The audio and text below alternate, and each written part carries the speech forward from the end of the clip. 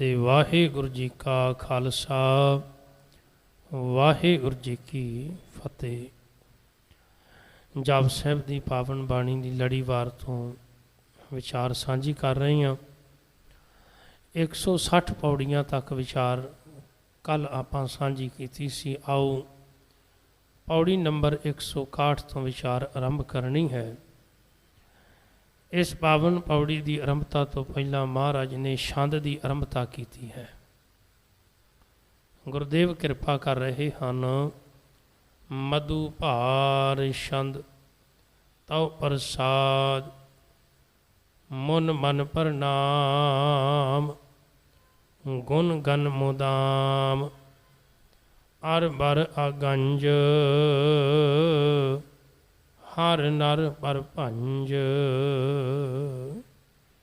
धन कलगीधर महाराज गुरुदेव पिता कृपा करते ने। हे अकाल पुरख परमात्मा, तेरी कृपा नाल मैं इस पावन छंद की आरंभता कर रहा हाँ। मुन मन प्रणाम। हे अकाल पुरख परमात्मा, तू इन्ना समर्थ है कि जेड़े मुनि लोग हैं, मुनि का अर्थ होंदा ऋषि, तपस्या करने वाला तपस्वी, जिहड़ा तपस्या तप करता है। भारत वर्ष अंदर बेअंत ऋषि मुनि हुए ने ते वो बड़ा तप करया करते सन। जंगलों बेलियां विच पहाड़ां विच बैठ के कई कई साल तपस्या करते सन। पर कलगीधर महाराज कह रहे हैं तपस्या भी हे प्रभु तेरी ही करते सन। अपने मन विच तेनू नमस्कार करते सन।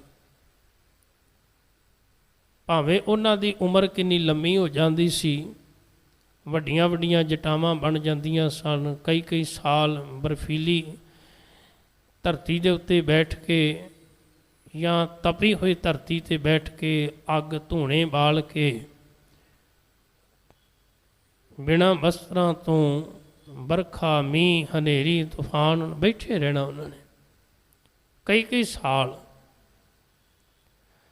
तो वह भी वड्डे वड्डे ऋषि मुनि भी अपने मन में अकाल पुरख नूं ध्याउंदे सन। एक अकाल पुरख नूं नमस्कारां करदे सन। गुण गन मुदाम। गुण गन का अर्थ हुंदा है गुणां दा समूह, गुणां दा खजाना। मुदाम का अर्थ है सदा। अकाल पुरख सदा ही गुणां दा खजाना है।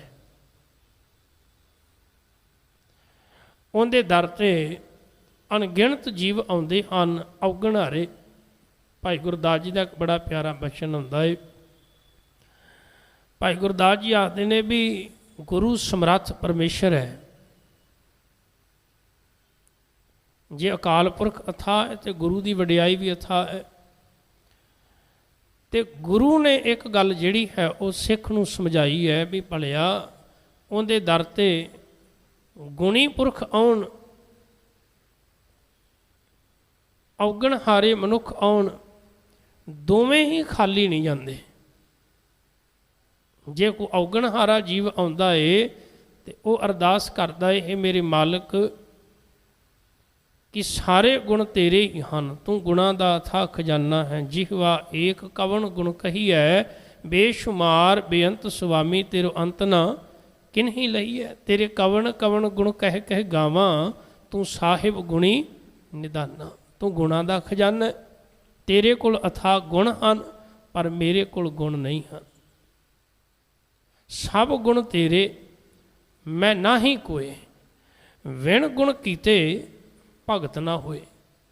सारे गुण तेरे ने, मेरे को एक भी गुण नहीं, तो बिना गुणा तो तेरी भगती नहीं होनी, तेरी इबादत नहीं होनी।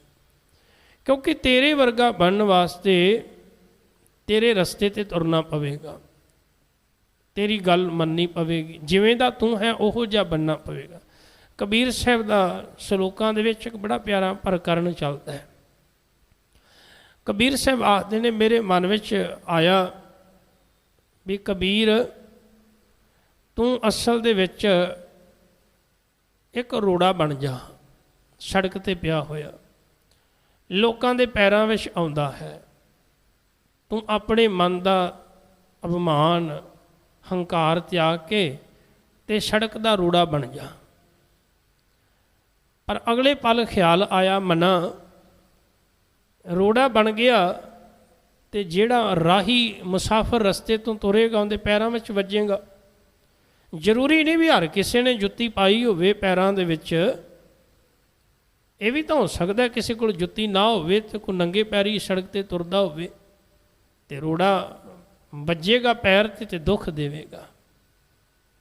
जेड़ा राही है मुसाफिर है उनके पैर ते चोट लग सकती है, दुख आ सकता है उन्होंने रोड़े दे नाल।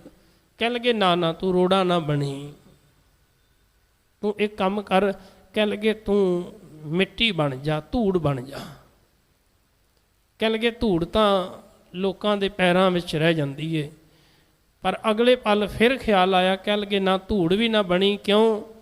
क्योंकि जदों हनेरी आती है फिर ये धूड़ मिट्टी लोगों के उत्ते उड़ के पैंदी है, लोगों नूं मैला कर देंदी है, चंगे कपड़े भी मैले हो जाते हैं। तू धूड़ ना बनी, मिट्टी ना बनी। अगला पल ख्याल आया, कह लगे तू एक काम कर, तू पानी बन जा, तू पानी बन जा। पानी बड़ा निर्मल हुंदा है, बड़ा कोमल हुंदा है, ये वहिंदा ही तुरिया जाता है। पर फिर ख्याल आया, कह लगे नहीं, पानी भी कदी कदी ठोस हो जाता है, बर्फ बन जाते ना। पानी उंज किसी नूं मारो चोट नहीं लगती, पर जे उही पानी ठोस बन जाए तो तुसीं पत्थर बनी हुई वेखो, बर्फ नूं जे मारोगे तो फिर सिर भी पाड़िया जा सकता है। कह लगे ना ना तू पानी भी ना बनी। अगले चित फिर ख्याल आया, कह लगे ना ना तू रोड़ा बन, ना तू मिट्टी बन, धूड़ बन, ना कह लगे तू पानी बन, तू हरी दा जन बन जा।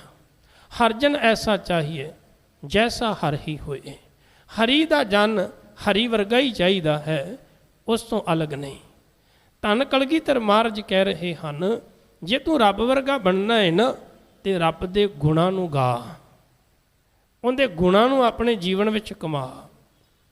जो वो कर रहे हैं उन्होंने वेख समझ विचार ते उन्होंने अपने जीवन में धारण कर। तू वेख रब की वडियाई की है, कि रब किसी नूं दुख देंदा है, कि रब किसी का हक मारदा है, कि रब आग्या देंदा झूठ बोल, कि रब कहंदा है भी तू असल दे विच संसार दे अंदर बुरे काम कर, कि रब करदा है। जदों तू समझेगा इस खेड नूं, पता लगेगा भी रब तो बहुत चंगा है। उनकी तो एक एक गल में चंगियाई भरी पई है। गुणां नाल अथाह समुंदर जिवें हुंदा है, इस तरह गुणां नाल परमात्मा संपूर्ण है। तो तू भी उनके गुणां नाल सांझ पा, जिहड़े सदा ही रहण वाला खजाना गुणां दा परमात्मा। दुनिया दियां चीज़ां जिहड़ियां हन वो समा पा के घट जांदियां ने, खत्म हो जांदियां ने, पर रब दे गुण कदी खत्म नहीं हुंदे। उनदे ते गुण जिन्ने तुसीं वेखोगे वधदे ही जाणगे। जिवें जिवें तुसीं रब दे बंदा नेड़े हुंदा जांदा है उवें पता लगदा है। फिर बंदा आप मुहारे कहंदा वाहिगुरू वाहिगुरू वाहिगुरू। इन्नियां रहमतां इन्नियां बख्शिशां दा मालक है। सुखमनी साहिब दी पावन बाणी पढ़दे हैं ना, ते विच पौड़ी आउंदी है बड़े कमाल दी है। इहदा प्रकरण बड़ा प्यारा चलता है। महाराज ने उत्थे अकाल पुरख दीयां रहमतां बारे बड़ा जिक्र किया, तुसीं पढ़िओ कदी पौड़ी नूं ध्यान दे नाल। महाराज ने आखे जे प्रसाद शक्ति अमृत खाए तिस ठाकुर को रख मन माहे। इत्थों शुरू हुंदा है प्रकरण।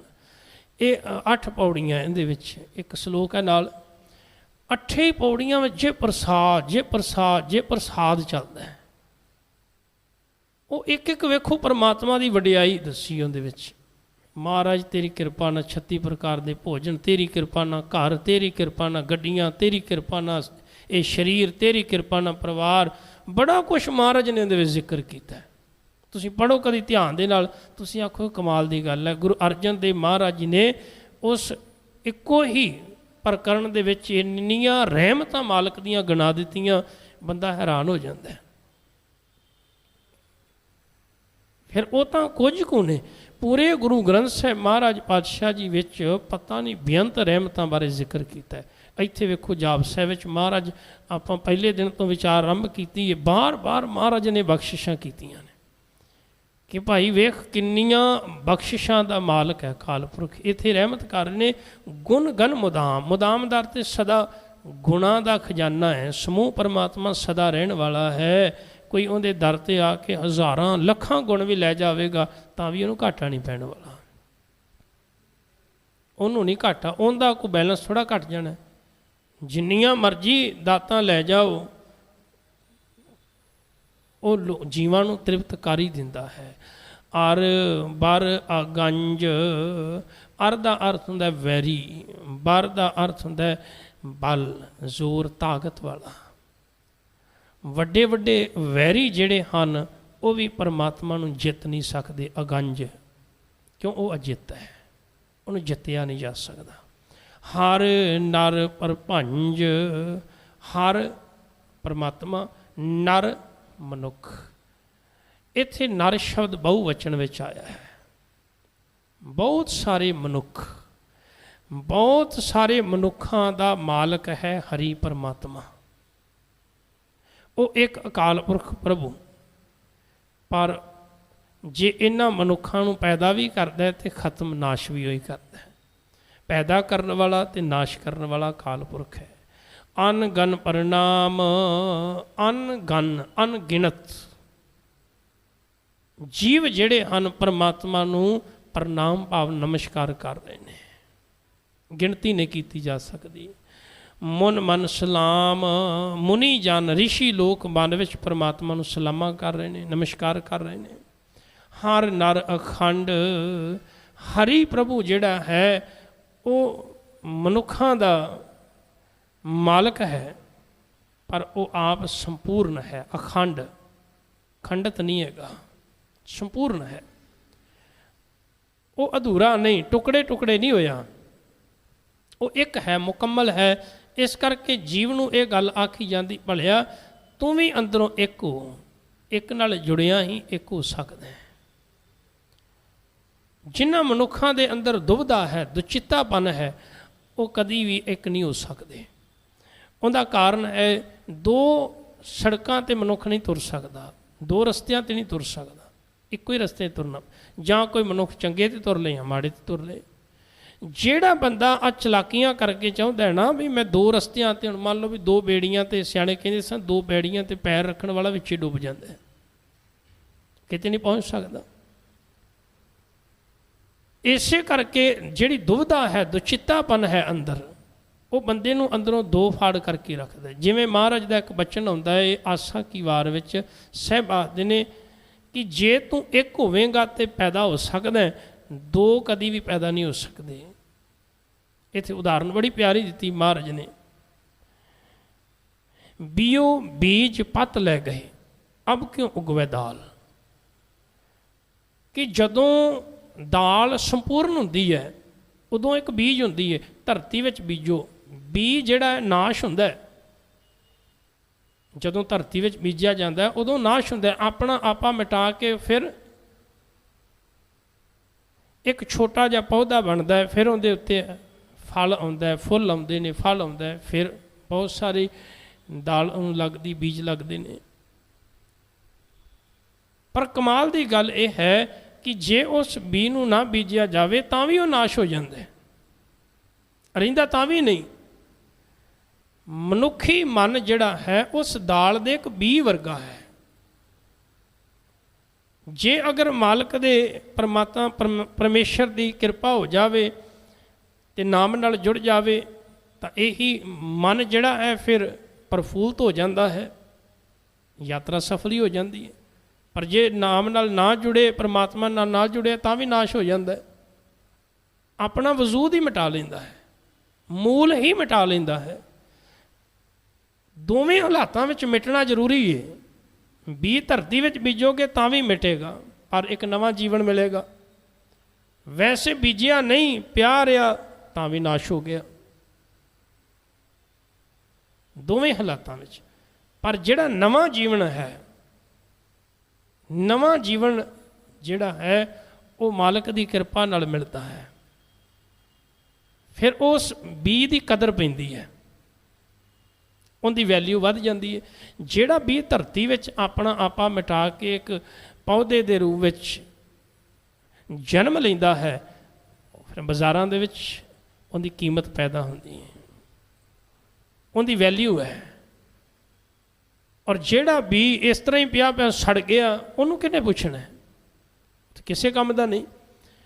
ਇਹੀ ਗੱਲ ਮਹਾਰਾਜ ਆਖਦੇ ਨੇ, ਭਲਿਆ ਇੱਕ ਅਕਾਲ ਪੁਰਖ ਨਾਲ ਜੁੜੇਗਾ, ਤੇਰਾ ਮਨ ਅੰਦਰੋਂ ਇੱਕ ਹੋ ਜਾਵੇਗਾ। ਫਿਰ ਤੇਰੇ ਅੰਦਰ ਜਦੋਂ ਏਕਾ ਬਣ ਗਿਆ, ਫਿਰ ਅਕਾਲ ਪੁਰਖ ਦੀ ਬਖਸ਼ਿਸ਼ ਨਾਲ ਤੇਰੀ ਕੀਮਤ ਪੈ ਜਾਵੇਗੀ, ਤੇਰਾ ਨਵਾਂ ਜੀਵਨ ਹੋਵੇਗਾ। ਪਰ ਜੇ ਤੂੰ ਅਜ਼ਾਈ ਰਹਿ ਗਿਆ, ਜੀਵਨ ਤੇਰਾ ਅਜ਼ਾਈ ਚਲਾ ਗਿਆ, ਫਿਰ ਉਹ ਦੋ ਫਾੜ ਹੋਏ ਬੀ ਵਾਲੀ ਹਾਲ ਹੈ, ਜਿਵੇਂ ਦੁਸ਼ਿੱਤਾਪਣ ਦੁਬਦਾ ਵਿੱਚ ਪਿਆ ਰਿਹਾ।